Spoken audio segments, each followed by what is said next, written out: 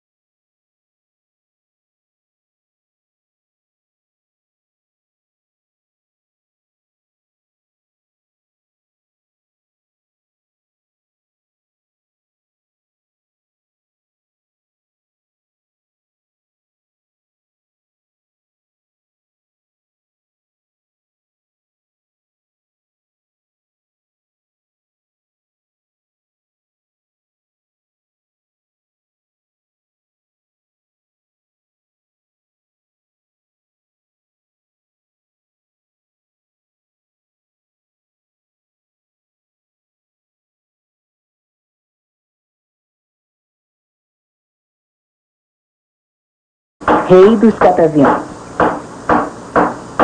Há quase 10 anos que ele vem juntando e restaurando eles. Nesse processo, ele transformou sua fazenda em uma exposição de sua coleção. O motivo de colecionar cataventos é que adoro cataventos. Quando eu era um garotinho no sítio de minha avó, sempre ouvia à noite eles guinchando e rangendo. E era música para os meus ouvidos. Aí resolvi, quando eu crescesse, colecionaria cataventos. Finalmente, quando me aposentei, comecei a comprar cataventos e até hoje continuo comprando.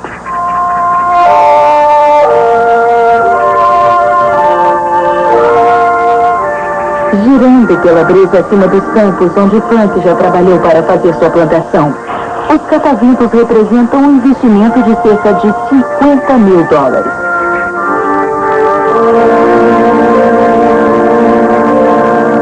Como um museu ao ar livre, a coleção inclui quase todos os tipos de cataventos jamais produzidos nos Estados Unidos. Este aqui, com gigantescas lâminas de 6 metros de comprimento, foi fabricado em Chicago e é o único desse tipo na Califórnia. Este modelo de madeira fabricado em Nebraska pode endireitar automaticamente suas lâminas para suportar os fortes ventos do ciclone. Frank tem tanto orgulho disso como tem de uma outra característica.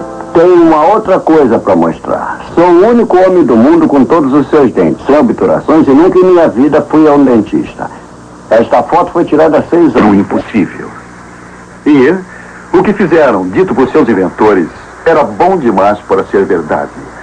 Por outro lado, quando foram apresentadas ao governo francês em 1976, era bom demais para se desprezar. Esta, chamada Delta, valia potencialmente $milhões.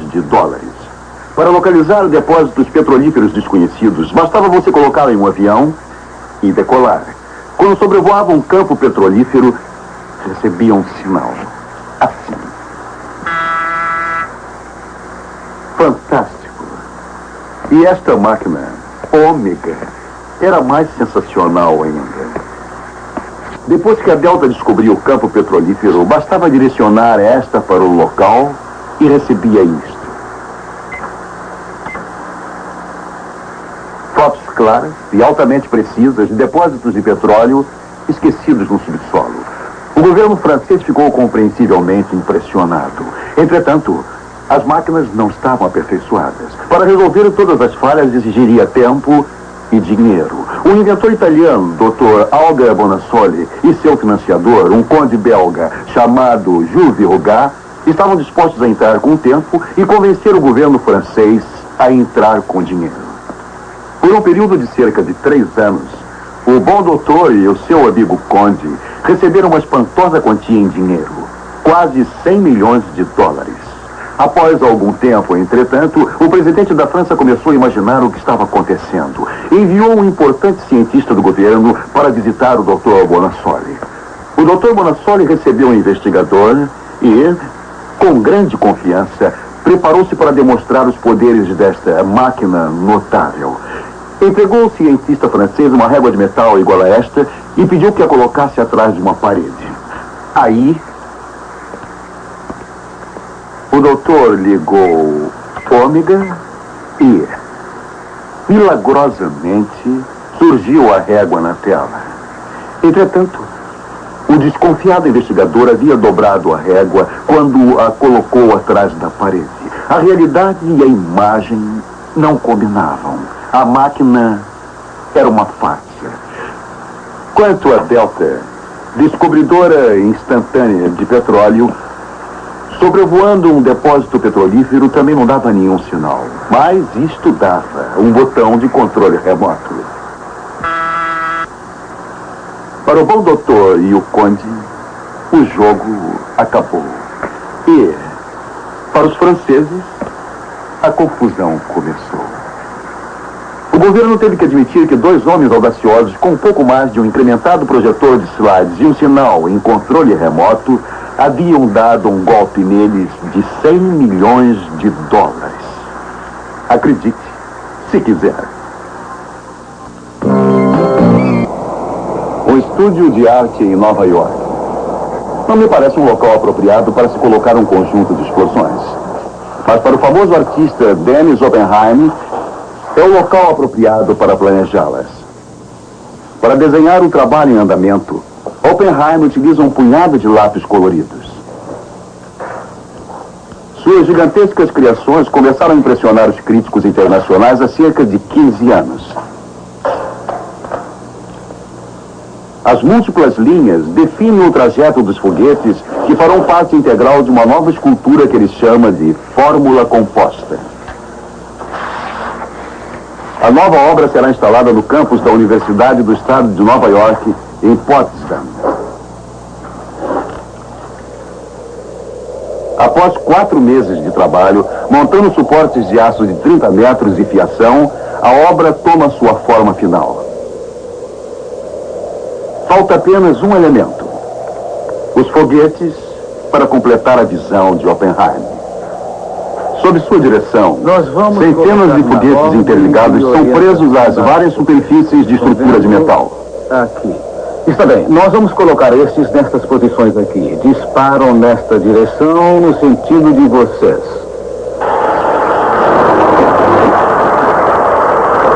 À medida em que fazem o trabalho dele, muitos dos assistentes de Oppenheim são conhecedores do que um crítico disse uma vez: Oppenheim é obcecado por máquinas, velocidade, foguetes e perigo.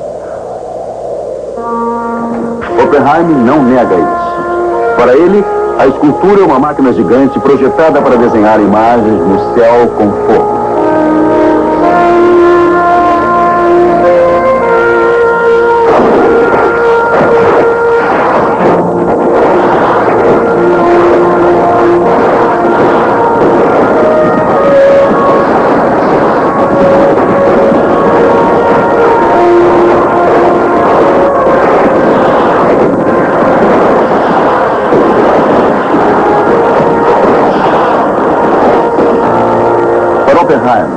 As explosões são um exorcismo, um modo de liberar a energia dentro de sua criação. A escultura, de fato, vive somente enquanto os foguetes brilharem. Para ele, esse momento é sempre breve demais. Creio que essencialmente foi um grande sucesso. Eu acho que devia ter tido mais foguetes, mas sempre acontece isso. No Japão, um outro uso criativo de explosivos vem sendo explorado para desintegrar certas pedras nos rios dentro do corpo humano. Agora, as experiências começaram há cerca de 10 anos aqui na Universidade de Kyoto. agora. O explosivo utilizado é uma mistura feita sob encomenda, similar ao componente usado para disparar a dinamite. Uma vez bem esquadrinhada, ela pode ter todos os seus minúsculos segmentos analisados para controlar o tamanho da explosão. Vamos ver esse. Finalmente, as cargas são colocadas em pequenos recipientes de aço inoxidável e inseridas nos tubos que conduzem a um detonador eletrônico. O explosivo pode então ser introduzido no rim da pessoa através de um catéter, como os técnicos estão fazendo aqui com o modelo anatômico.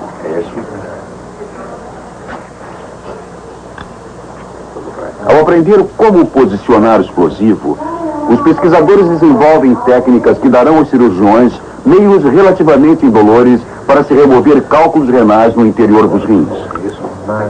Tais cálculos podem ser do tamanho de uma bola de golfe. Ao quebrar o cálculo em minúsculos fragmentos, entretanto, estes podem sair facilmente do corpo.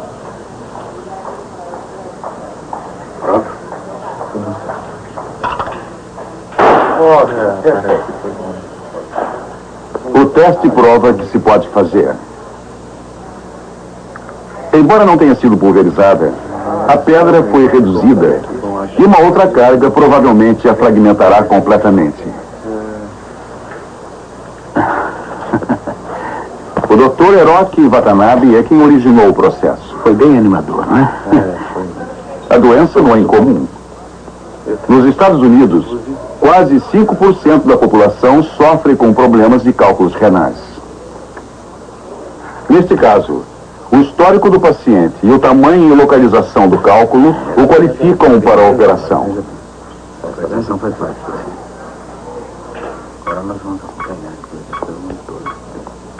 Para a execução do método, um tubo de fibra ótica é primeiramente colocado dentro do rim. Já está colocado. O cálculo pode agora ser visto nos monitores pelos técnicos enfermeiros. O cirurgião tem uma visão direta, de modo que pode posicionar a carga para o máximo de impacto sem danificar os tecidos ao redor. Tudo pronto agora, né? Aí, está bom? Isso. Ótimo. 1, 2, 3. Ainda não foi. Após a primeira explosão, a pedra continua intacta. Vamos tentar mais uma vez? Mas já surgiu uma rachadura. O Exatamente. cirurgião decide disparar outra carga diretamente contra a rachadura e prepara outra explosão. Vamos lá? 1, 2, 3, 4, 5, 6. Agora sim. A pedra despedaçou-se. Agora os fragmentos serão eliminados e a dor também desaparecerá.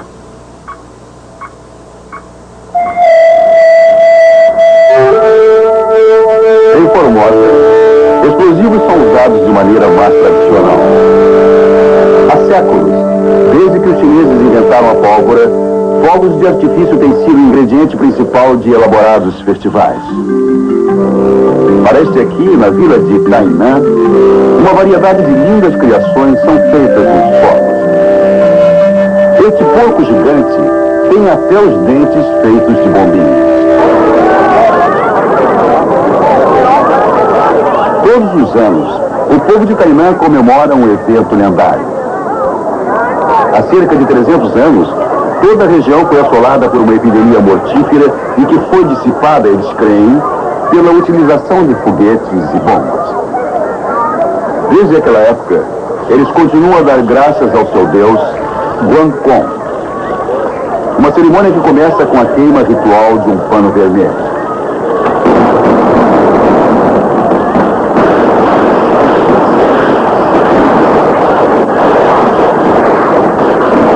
Os moradores da vila chegam o mais perto possível das perigosas explosões. Eles creem que Guancong os recompensará com muita sorte.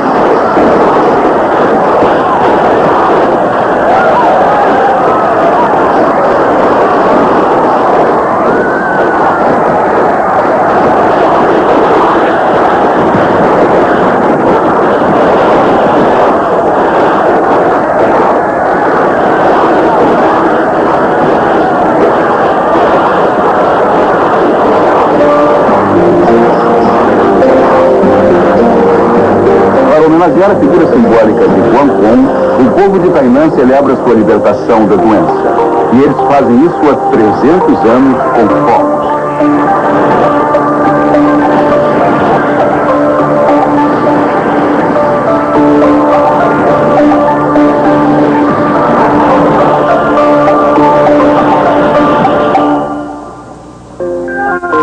Embora tenha o seu próprio deserto, a Arábia Saudita importa areia de lugares distantes como Dundee, na Escócia.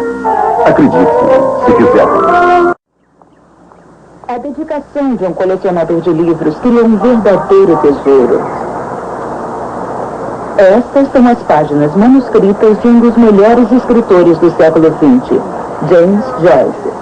São os rascunhos do seu livro Ulisses, considerado a obra-prima da literatura mundial. Anotações e outras lembranças de James Joyce estão expostas aqui na coleção de poesias e livros raros, na Universidade Estadual de Buffalo, Nova York. Para Joyce, que era um escritor irlandês, a literatura mundial provia um playground, assim como uma oficina. Ele viajava muito e apreciava a vida boêmia, enquanto dedicou 7 anos na criação de um simples livro.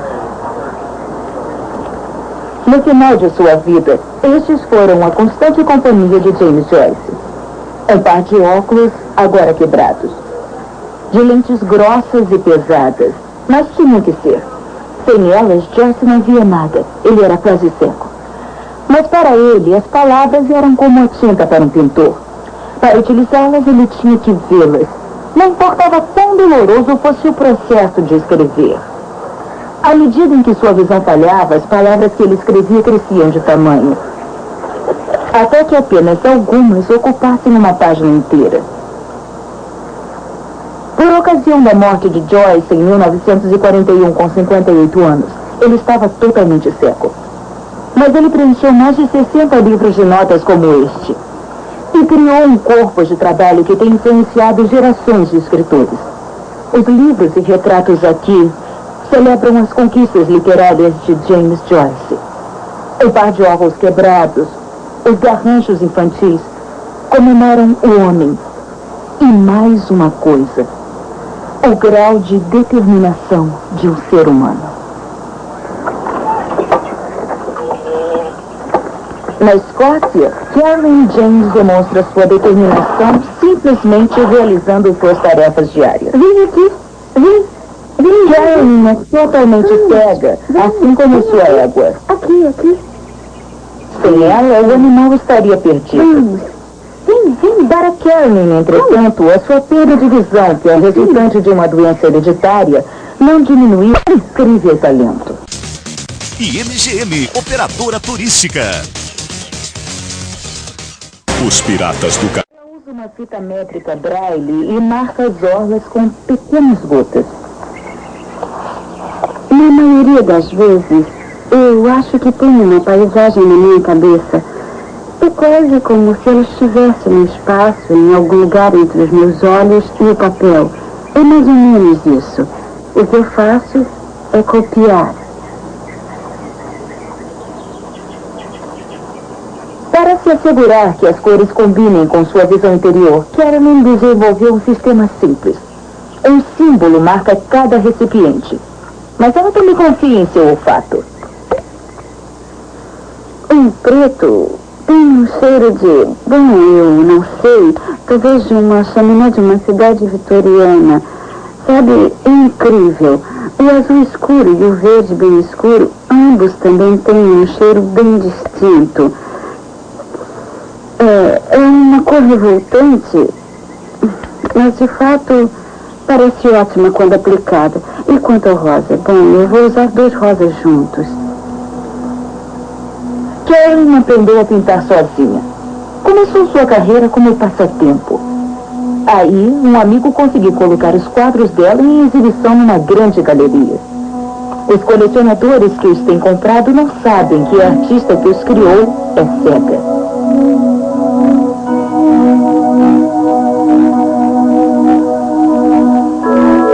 Ela diz que pinta o que ouve, traduzindo sons numa sutil combinação de toques de lápis e borrifas de aquarela cuidadosamente controlados.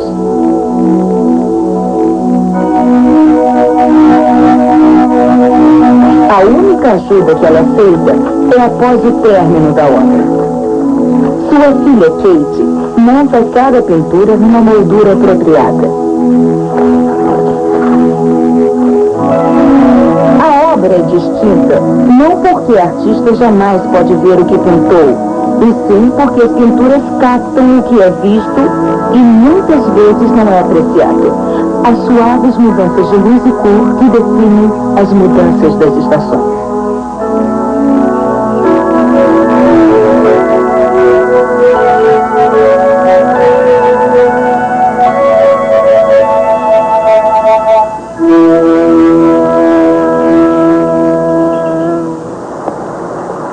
Em Camberley, um subúrbio de Londres, um notável jovem transformou um trágico acidente numa conquista inspiradora.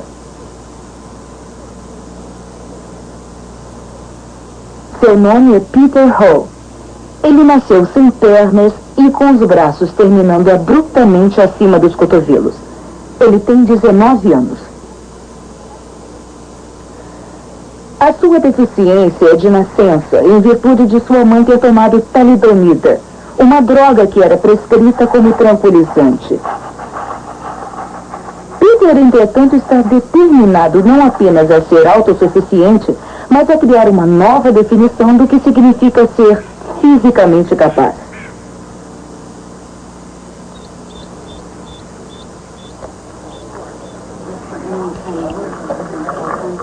Bom, já começamos.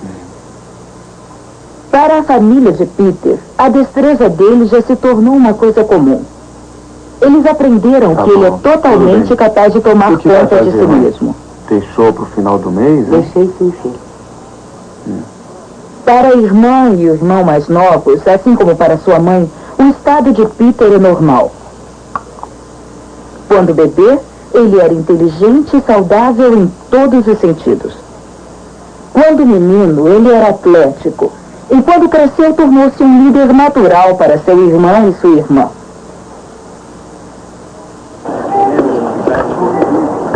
Agora, em seu primeiro ano na universidade, Peter ganhou o respeito dos seus colegas. A única ocasião em que tem que pedir ajuda a eles é quando a falta de uma rampa se torna obstáculo para sua cadeira de rodas.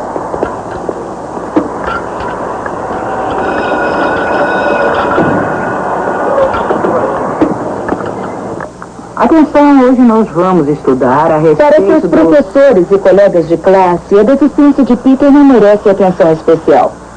Para eles, ele é apenas mais um aluno. Peter pretende se formar em Direito.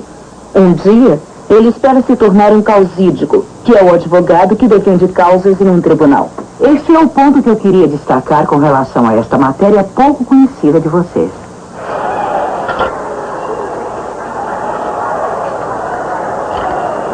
Peter aceita sua deficiência como deficiência em somente um aspecto de sua vida, nas competições de atletismo.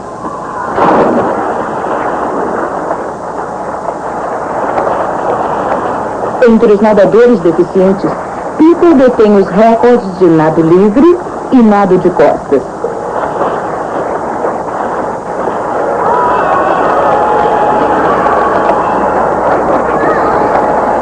Para Peter, competir em tais eventos atende a duas finalidades. Ao participar, ele compete de igual para igual. E a outra, que é mais importante, é provar que deficiência não significa incapacidade. Espero que as pessoas percebam através das coisas que tenho feito que sou uma pessoa capaz, como qualquer outra. E que não há motivos para eu ficar sentado em casa sem fazer nada, porque se eu ficar sentado sem fazer nada, eu não consigo nada. Para Peter, a cadeira de rodas é uma biga. E competir com ela é um outro jeito de provar sua teoria. Eu me vejo como uma pessoa igual a qualquer outra. Me faltam realmente os membros inferiores, mas eu sou, por dentro, igual a qualquer outra pessoa. Em Londres, numa manhã de domingo em abril, Peter Hall decidiu participar de uma maratona com inúmeros competidores. A corrida era para todos os atletas. Peter era um dos 37 do grupo em cadeiras de rodas. Era a sua primeira corrida.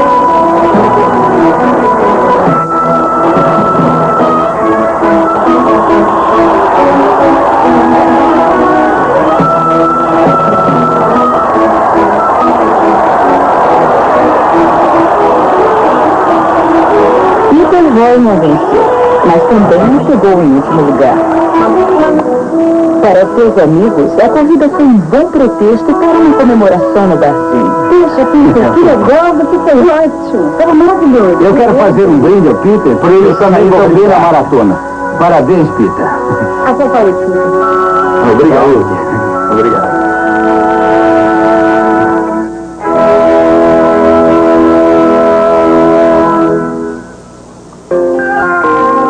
O cabeleireiro de Nova Jersey, Anthony Silvestre, cortou os cabelos de seu instrutor de mergulhos estando ambos embaixo d'água.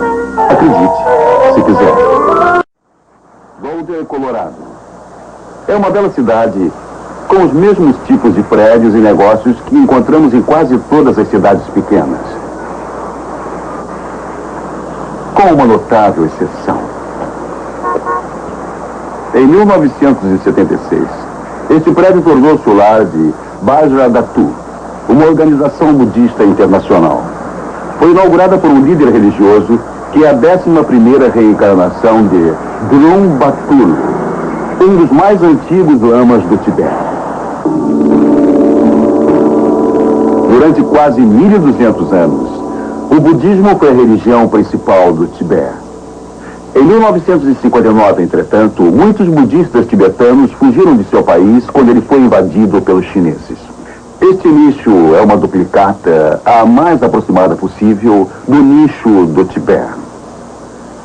As taças simbólicas e as velas e as esteiras de oração estão todas aqui. Para os estudantes que meditam aqui em busca do caminho do esclarecimento espiritual, segundo os ensinos do Grande Lama, isto é o mais próximo do Tibete que eles conseguirão chegar. Mas para eles, o Tibete existe aqui, neste recinto, e nas mentes daqueles que o frequentam. O som deste instrumento tibetano é tanto uma chamada meditação, quanto eco de sua terra distante e também tão misteriosa.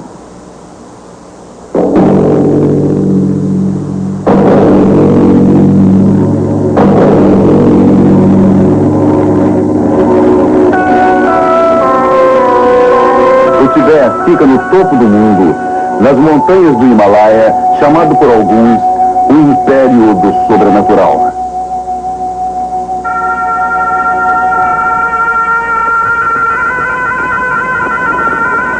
Para o povo destas montanhas, o bem ou o mal não são ideias abstratas, mas espíritos ativos.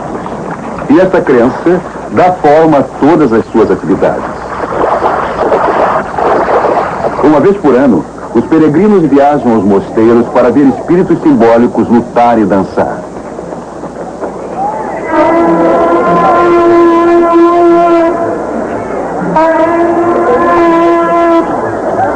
Este monge é chamado de o Precioso.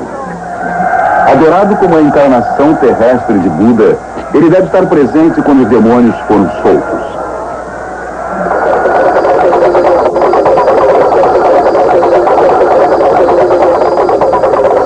Nesta dança dos demônios, o fiel vê a confirmação viva de suas crenças. O mundo está infestado de espíritos maus, liderados por Yala, Senhor da Morte.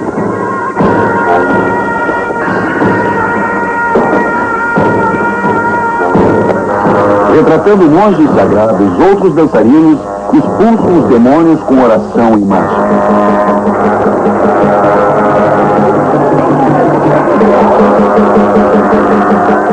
Hoje, pelo menos, o bem sai vitorioso.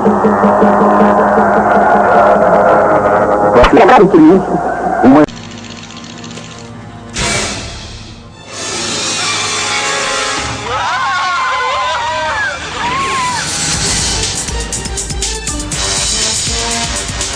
Daphne, agora!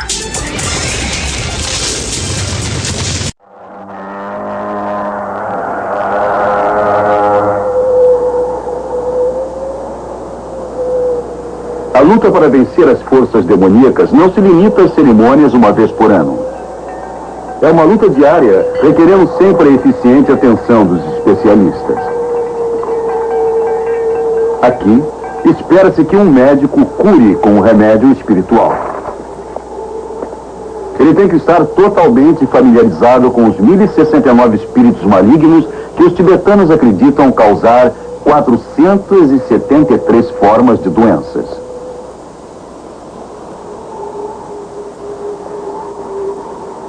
O diagnóstico inclui encontrar o ponto exato onde os vermes controlados pelas forças do mal se instalaram. Neste caso, o problema está na quinta vértebra.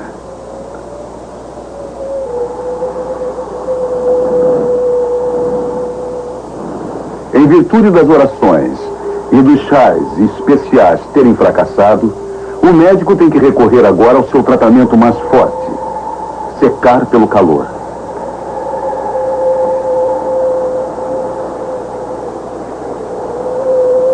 A ferramenta quente tem a finalidade de expulsar os vermes e a doença que eles causam.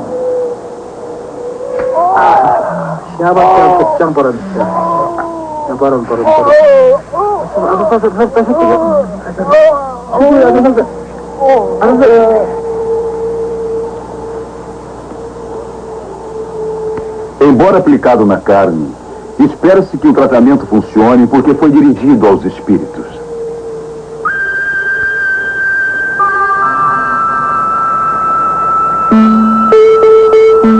A grande importância de se derrotar o mal e alcançar a pureza inspira alguns dos adoradores a tentar uma peregrinação que pode durar a vida toda. Eles esperam atingir a montanha mais sagrada do Tibete.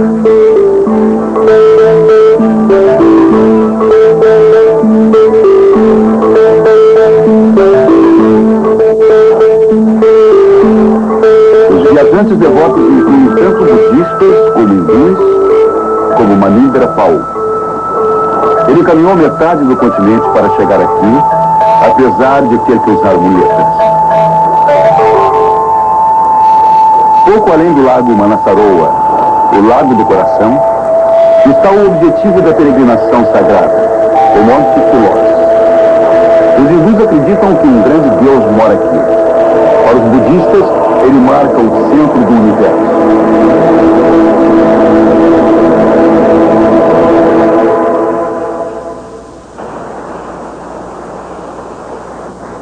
Ninguém pode subir nos montes sagrados.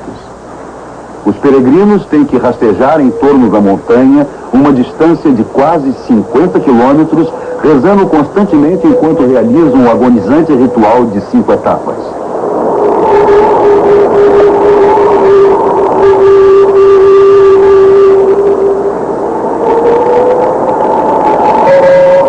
Alguns circulam a montanha dúzias de vezes, uma sofrida devoção de 1.500 quilômetros.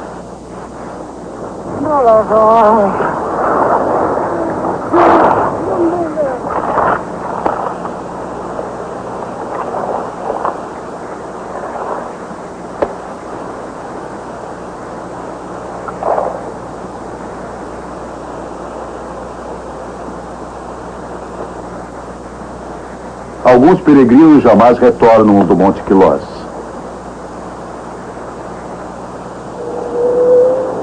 Monumentos e pedras homenageiam aqueles que morreram antes de terminar sua adoração. Seus corpos desmembrados são deixados para as águias e os abutres, uma prática chamada enterro no céu.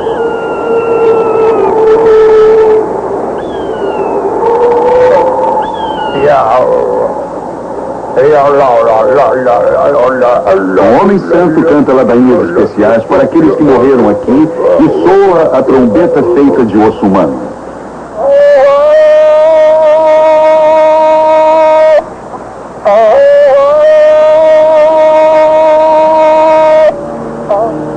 Um costume simples, mas dramático, afirma os vínculos entre os vivos e os mortos. Roupas são espalhadas entre os restos para que os espíritos dos mortos não sofram com o frio.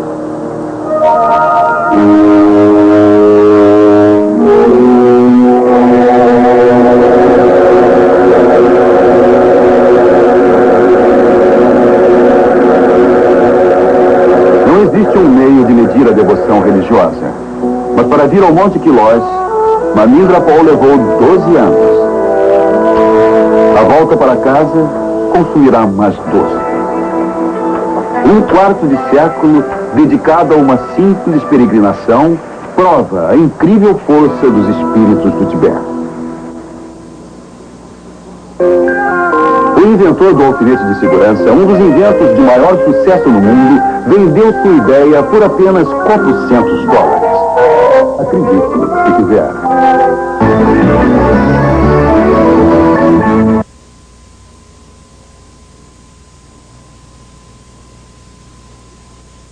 É o fim da linha. Em certa época, cada um desses produtos era um produto novo e super quente, projetado para ser um tremendo sucesso financeiro em seu supermercado. Mas para muitos, a coisa não terminou assim.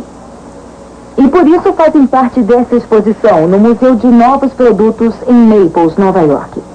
Para criar, fabricar e pôr à venda um novo produto, como um sabonete no cordão, em formato de hambúrguer, custa cerca de $1 milhão. E este é apenas um entre mais de 5 mil novos produtos que aparecem nas prateleiras do seu supermercado todos os anos. Mais da metade deles, como este aqui, fracassa. E os mais curiosos acabam aqui na coleção de Bob McNabb, que fundou este museu. Colônia macho chauvinista. De acordo com a embalagem, é incrivelmente arrogante. Uma fragrância viril e confiante que afirma em alto e bom som: eu homem, você mulher. Não vendeu. Esse é um outro produto a que ninguém deu colher de chá. Café em saquinho. Era para colocá-lo numa xícara e derramar água quente em cima. Mais uma fortuna jogada fora. Fraldas dele e dela. Uma para os meninos, uma para as meninas. Uma ideia interessante, mas não há uma diferença significativa. E para os que gostam,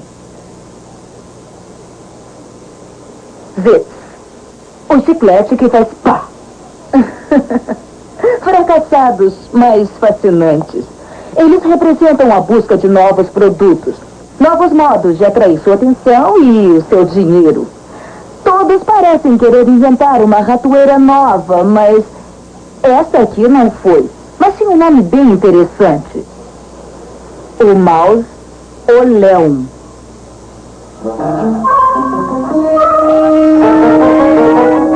Através da história, desenvolver novos produtos sempre implicou em alguns riscos.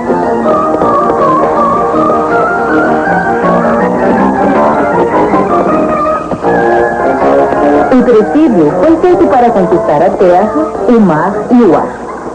Mas muitos aparelhos ousados acabaram não indo a parte alguma.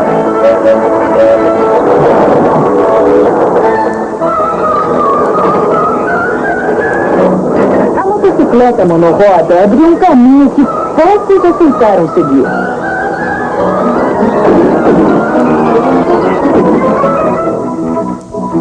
Um dos grandes problemas da bicicletinha era que ninguém conseguia levá-la a sério, a não ser alguns sonhadores.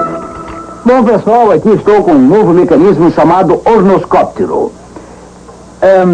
Acredito ser possível voar como um pássaro. E aqui estou e podem ver bem este aparelho. Parece pesado, mas é bem leve.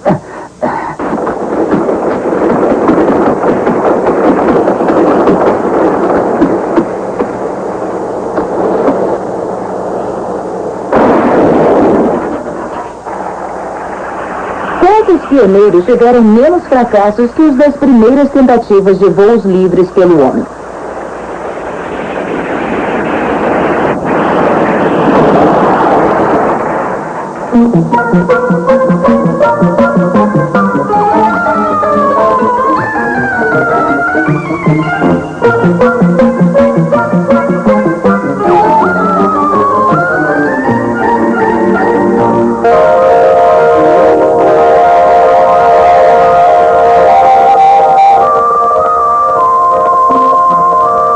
Valiosa lição neste gracioso voo livre. As maiores conquistas sempre começam com as primeiras tentativas, que geralmente parecem absurdas.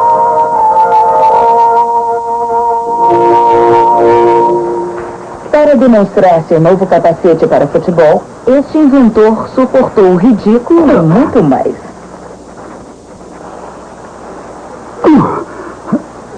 Vá, mais forte! Às vezes, o sucesso depende de muitas tentativas.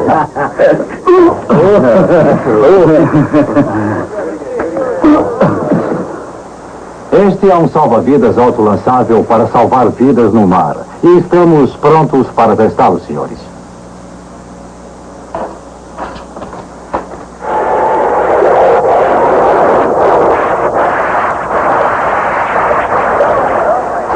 A engenhoca projetada para tirar pessoas de navios naufragando quase que os afogou. Estamos experimentando. Esperamos na próxima fazer um pouco melhor. Tomara que esteja certo.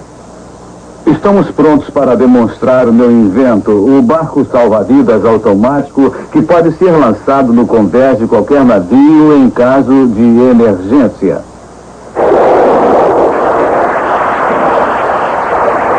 Embora tenha começado em quase um desastre, o salva-vidas autolançável era uma ideia que finalmente deu certo. Nas plataformas de petróleo nos mares do norte, operários praticam fugas de emergências de incêndios ou explosões.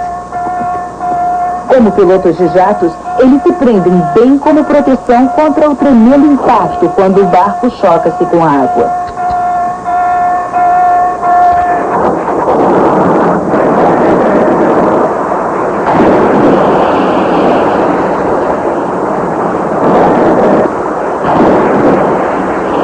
Os barcos são agora equipamento padrão em muitas plataformas submarinas e petroleiros. O sonho de inventor transformou-se num clássico salva-vidas. Para um homem chamado Arthur Fleck, considerações práticas não têm importância.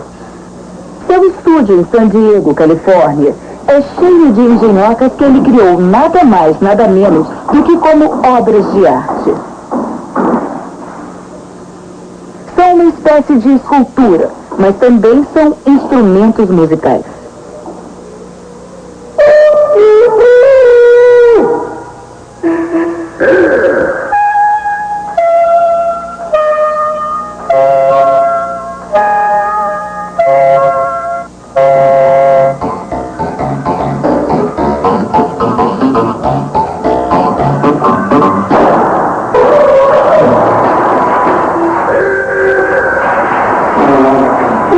Aperfeiçoadas no estúdio, criações como Beat Móvel excursionam, onde são entusiasticamente recebidas tanto como diversão como arte séria.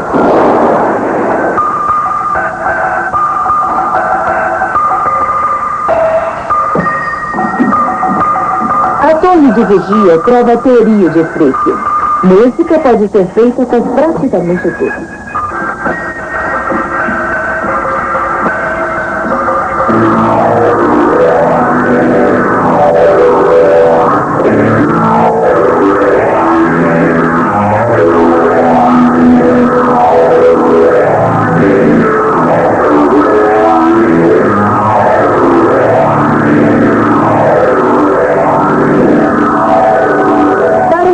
De Arthur Fleck, podemos encontrar música mesmo no caos familiar dos sons domésticos comuns.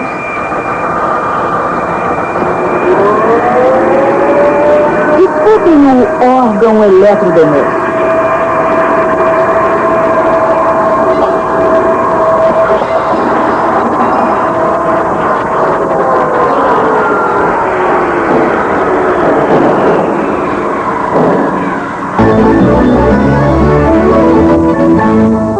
As bibliotecas são templos de uma prática que no Brasil anda meio esquecida no mundo. Talvez porque ser rei não é mais como costumava ser.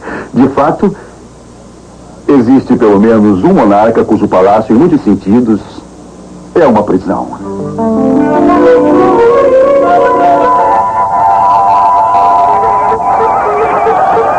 Para seus súditos, o rei de Rei Buba é quase um objeto sagrado.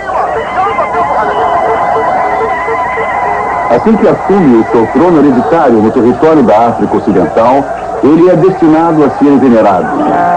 Mas somente é venerado à distância.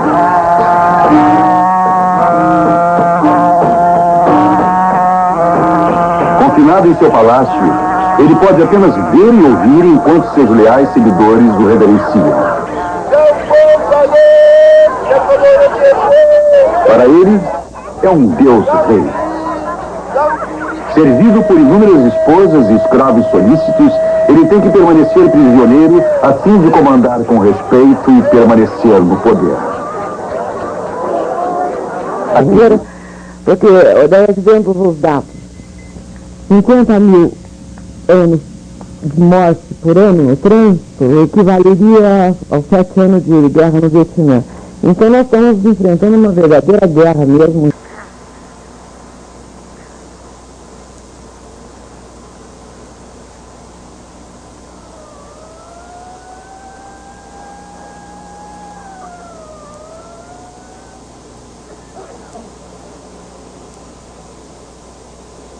Levando em conta que muitos músicos, além de pianistas, queiram tocar esta peça, numa nota ao fim da pauta, o Sr. Cage nos informa que a obra pode ser interpretada em qualquer instrumento, ou numa combinação de instrumentos.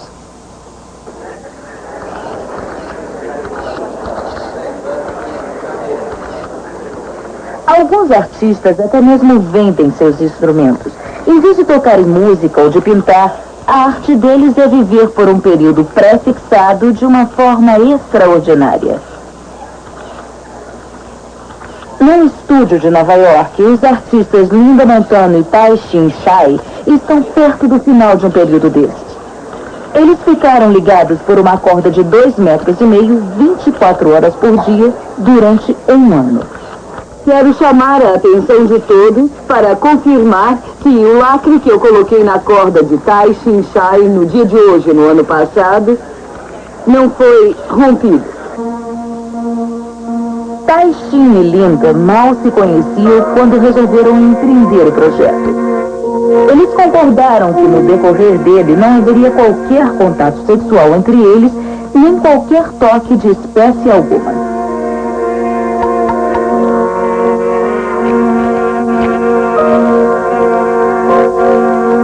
Viver dessa maneira é uma variação de uma forma criativa chamada de arte de desempenho.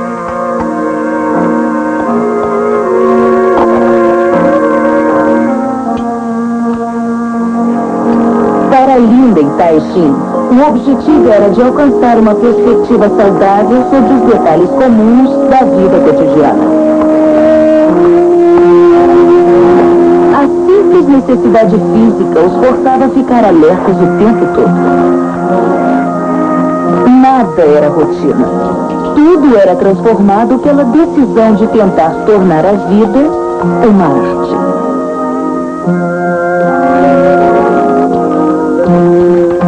A intimidade era impossível, e no decorrer de um ano, o conflito foi inevitável. Entretanto, como artistas dedicados, Linda e Tai-Shin estavam determinados a chegarem ao fim do projeto. No princípio, tivemos que conversar sobre a rapidez, a lentidão e para onde irmos. E agora, 5 meses depois, nós utilizamos gestos. O ritmo é coreografado e interno e não é falado. Cada qual tem necessidades separadas e lugares separados a que gostaríamos de ir. E a fim de funcionarmos como 2 pessoas, nós temos que concordar em 100% antes de fazer qualquer coisa.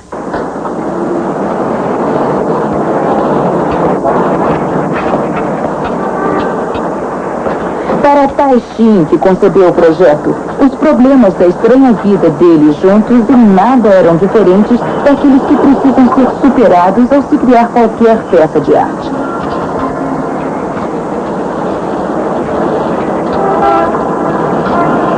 Para Linda, os problemas e os sacrifícios eram parte da obra terminada. Para os dois, a aprovação terminou precisamente um ano após ter começado. No dia 4 de julho, dia da independência americana.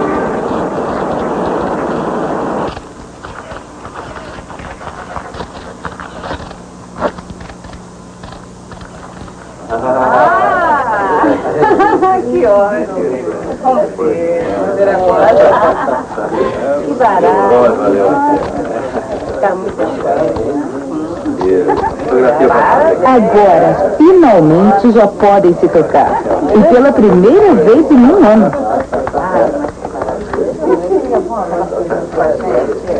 Linda e Tai-Shin estão livres para voltarem às suas vidas individuais e separadas. No futuro, porém, haverá outros projetos. Para o próximo desempenho de um ano, Tai-Shin anuncia que ele não terá absolutamente qualquer coisa com a arte.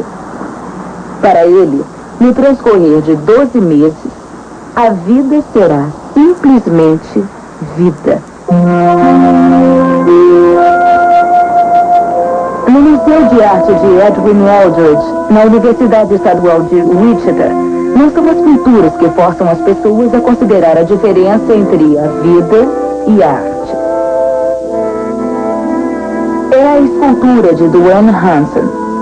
Peças notáveis como a moça do carrinho de limpeza.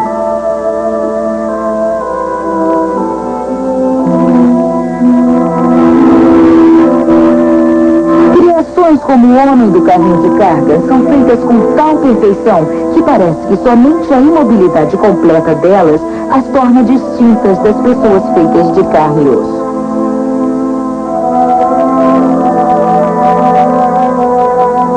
No seu estúdio da Flórida, Hansen começa a trabalhar em mais uma das suas esculturas realísticas. O trabalho dele, como o da maioria dos artistas, envolve a tomada de incontáveis decisões que mesclam ideias deliberadas com um instinto indefinível. Ele aprendeu com sua longa experiência que para conseguir uma aparência natural, ele deveria posar cuidadosamente o modelo.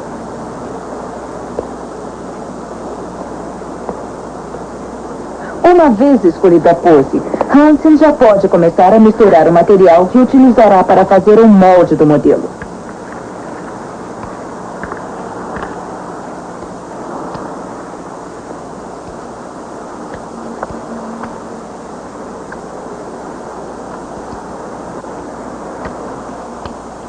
Hansen não tenta fazer um molde inteiriço. Em vez disso, ele faz 6 seções distintas. Mais tarde, as seções serão utilizadas para dar forma ao plástico e fibra de vidro que compõem a escultura completa. Saiu inteiro? No começo, Hansen só conseguia que os amigos posassem. Agora que ele se tornou famoso, já é capaz de conseguir a cooperação de outros apesar da aprovação. Cada sessão leva mais ou menos 45 minutos para secar. Isso, agora vamos tirar.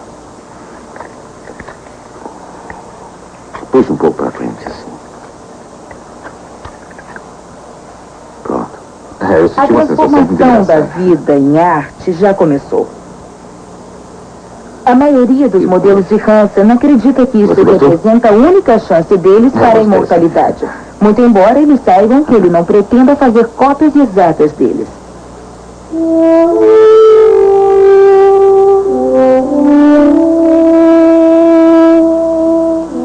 Hansen vai colocar seus sentimentos na escultura pintada e acabada com mudanças sutis de cores, composições e outros detalhes.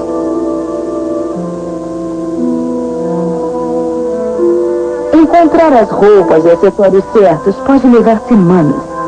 Uma mescla de cabelos verdadeiros e artificiais tem que ser inserida fio por fio. Hansen incorporou a si mesmo numa obra incrivelmente chamada Autorretrato com Modelo. Com a sua elaborada recriação de um momento da vida, ele tem o poder de atrair até crianças para um mundo onde o lugar comum se torna arte.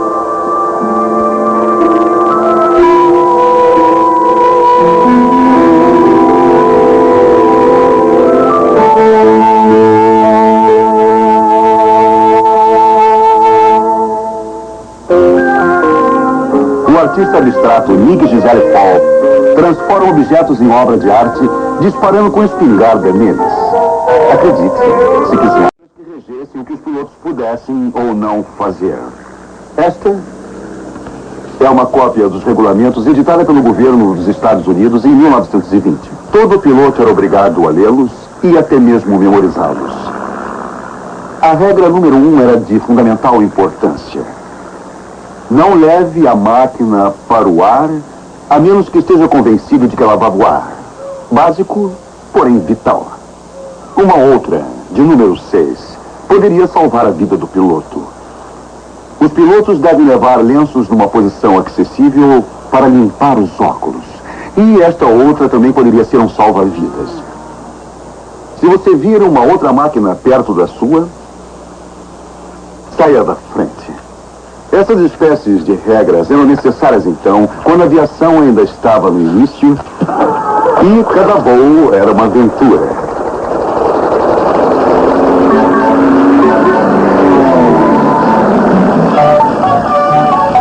Naqueles dias, a aviação comercial virtualmente não existia.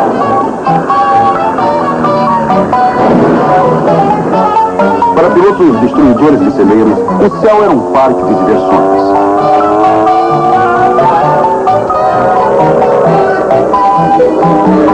Após uma década de proezas espetaculares, a aviação virou negócio. O primeiro serviço de passageiros de costa a costa começou com uma viagem de trem da cidade de Nova York a Columbus, Ohio. De lá, os viajantes levados do trem encaminhados para bordo de um trimotor Ford. Ele era certamente o avião de passageiros mais avançado e luxuoso construído nos Estados Unidos.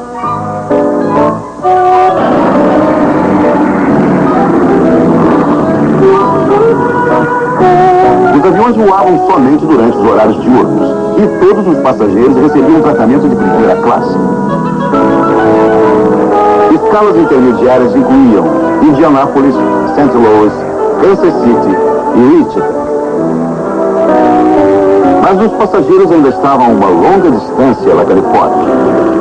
Depois de ser reabastecido, o avião os desembarcava a seguir na cidadezinha de Winoka, em Oklahoma.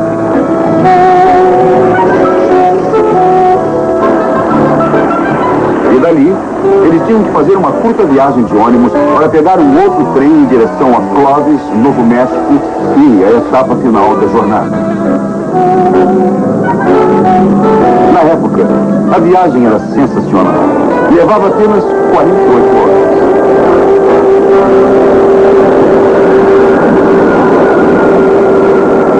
Hoje, um voo de costa a costa pode levar menos de 5 horas e em aeroportos de todo o mundo, um avião aterrissa ou decola a cada segundo de cada minuto. A despeito das manchetes que os acidentes aéreos criam, a viagem por ar é uma das formas mais seguras de transporte.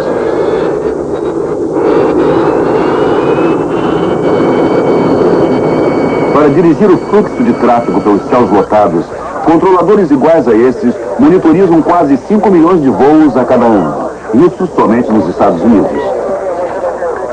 A partida e chegada em segurança de cada voo são controladas pelos instrumentos que eles comandam. Para os fabricantes, a segurança dos passageiros é de importância fundamental. Cada aeronave, e nesse caso, o único helicóptero anfíbio do mundo, sofre uma série de testes para assegurar que cumpra as especificações do projeto. Este teste é simples. Uma simulação de chuva constante para determinar se todos os compartimentos são herméticos. Testes adicionais incluem voos sob condições reais. Conforme o projeto, o helicóptero será usado para transportar operários para instalações petrolíferas marítimas e, numa emergência, ele deve ser capaz de pousar ou decolar da água.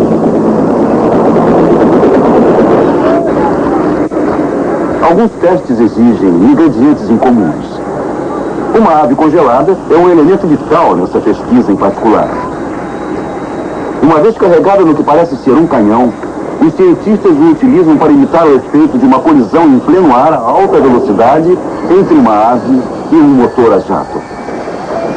A força de impacto é tremenda, mas o motor falha no teste.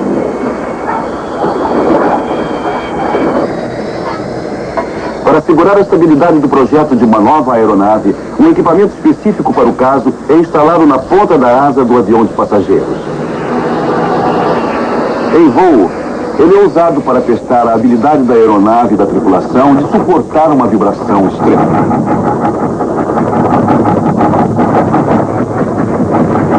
A turbulência artificial gerada pelo dispositivo é maior do que qualquer uma que possa ser normalmente encontrada em voos comuns. Tendo passado por uma série de testes iguais a esses, o avião pode ser garantido como seguro para voos comerciais. O projeto estrutural das aeronaves modernas os tornam máquinas eficientes que também protegem aqueles que viajam em seu bojo.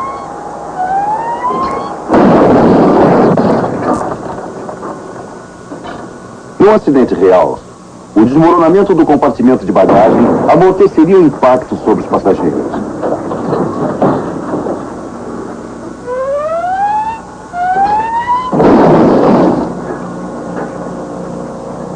Uma explosão em escala total controlada demonstra o efeito do amortecimento.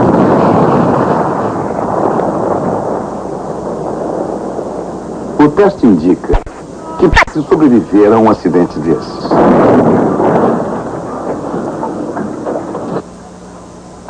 Para os passageiros, representados aí por bonecos monitorizados eletronicamente, simples cintos de segurança são talvez um dos únicos dispositivos de segurança que eles eventualmente teriam de utilizar.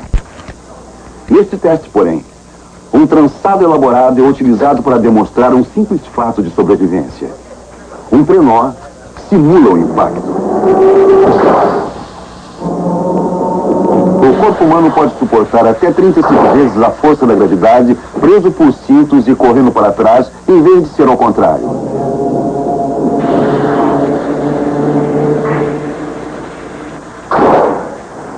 No modelo real simulando um acidente, os pesquisadores demonstram a importância de técnicas de evacuação. Já estão todos prontos?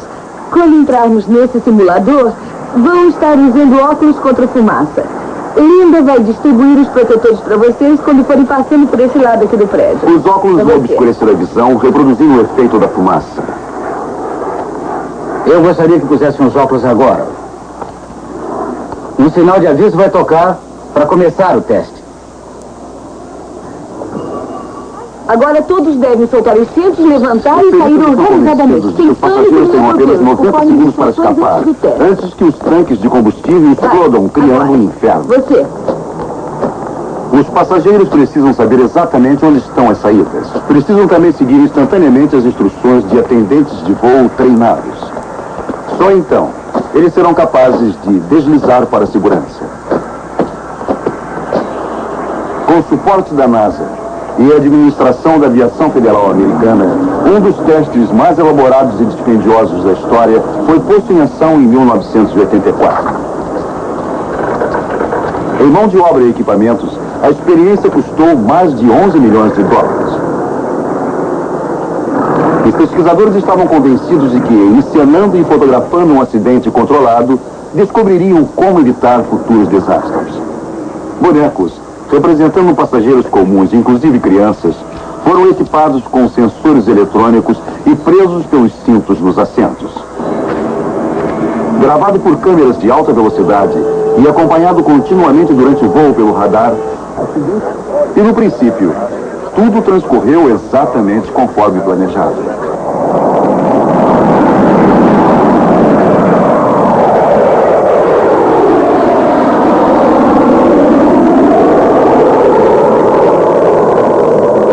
O voo foi projetado para testar duas coisas: proteger passageiros e tripulação contra quedas e o uso de um aditivo do combustível formulado para evitar explosões. Para o êxito nas duas coisas, o piloto tinha que dirigir o avião para que ele atingisse os obstáculos especiais bem no ângulo e velocidade exatos. Para finais, o plano saiu errado.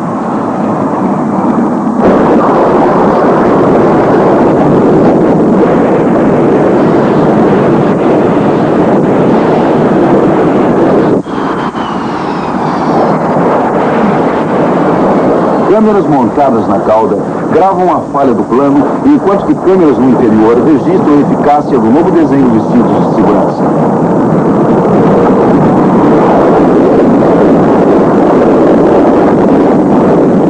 Embora o acidente não tenha saído exatamente conforme o plano, ele forneceu uma certa evidência de que os passageiros teriam sido protegidos pelo novo aditivo do combustível. As chamas da explosão inicial foram extintas dentro de 9 segundos.